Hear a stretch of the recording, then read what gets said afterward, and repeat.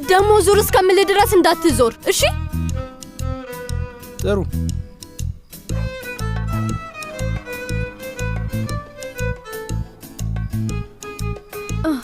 ትንሽም ቢሆን ዞሮ በቆሪጥ እንዳታይ።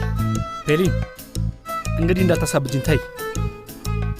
የወንዶችን ጸባይ በደንብ አድርጌ ነው የማውቀው። ለማየት መንገድ ነው የምትፈልጉት? አላይም አልኩሽ። አዎ አታይም። አሁን ስለያዘ ነው እንጂ በእርግጠኝነት ለማየት ትሟሟታለህ።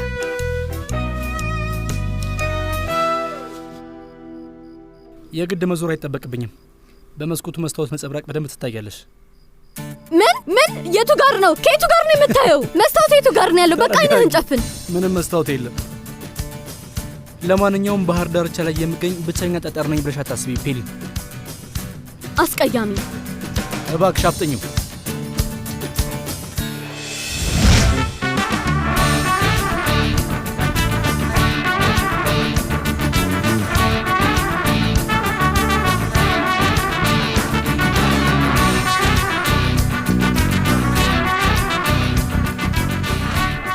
ታዲያስ ይዘጉኝ።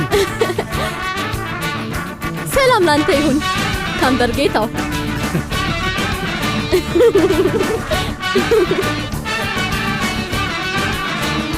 መጠላጨሞ ጉደኛ።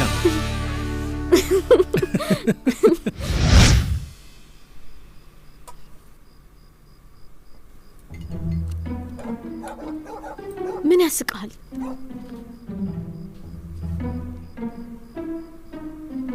ወይ እህቴ ምንም የተመችሽ አትመስይም። የሆነ ትራስ ነገር እንስተሽ እንዴ? አይ ተው፣ ተመችቶኛል። ጥሩ።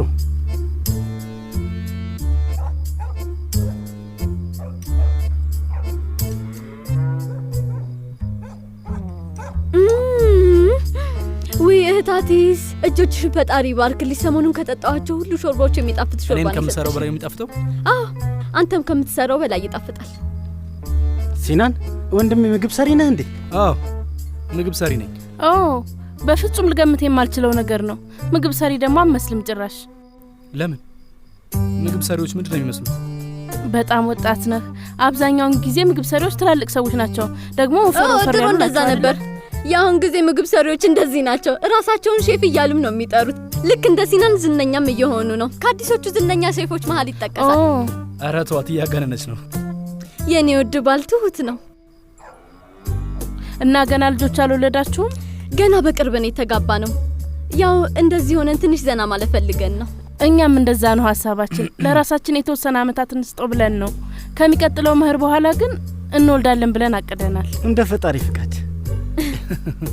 እኛም እንግዲህ ለአዲስ አመት ብለናል።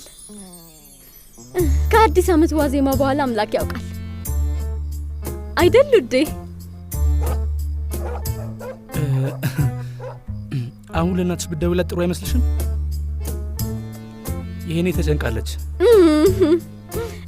ከባሌ ጋር እኮ ነኝ። ለምን ብላ ትጨነቃለች ብለህ ነው? በጣም ደስ የሚል ነገር ነው። ሲናን ስለ ቤተሰብሽ ራሱ ያስባል። መህመት እኮ ለአንድ አመት ያህል ለቤተሰቦቼ ባልደውል እንኳን ምንም ኮሽ አይልበትም። ወይ ከቤተሰቦቼ ጋር በጣም ነው የሚዋደደው። በተለይ ከአባቴ ጋር። አባቴን በጣም ይወደዋል። ወይ የመጀመሪያ ጊዜ ሲተዋወቁ ብታይ ኖሮ ደስ ይለኝ ነበር። አዎ ምስኪን ሰው ነው ብታይ።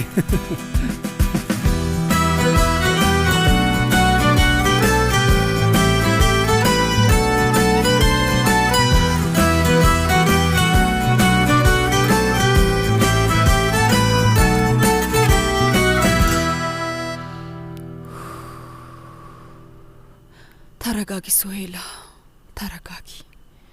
ፔሊን ደህና ናት፣ ምንም አልሆነችም።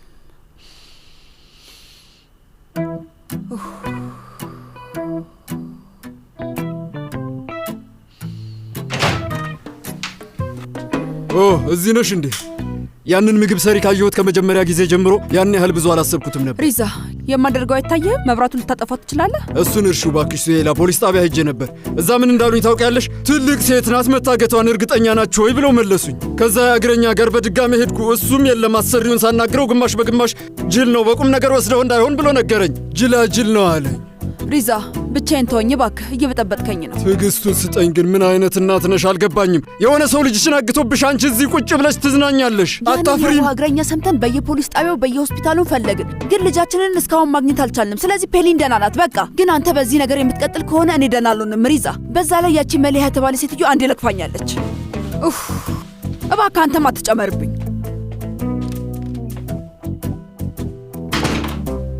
በቃ ድንጋዩን ይዛ ሄደች።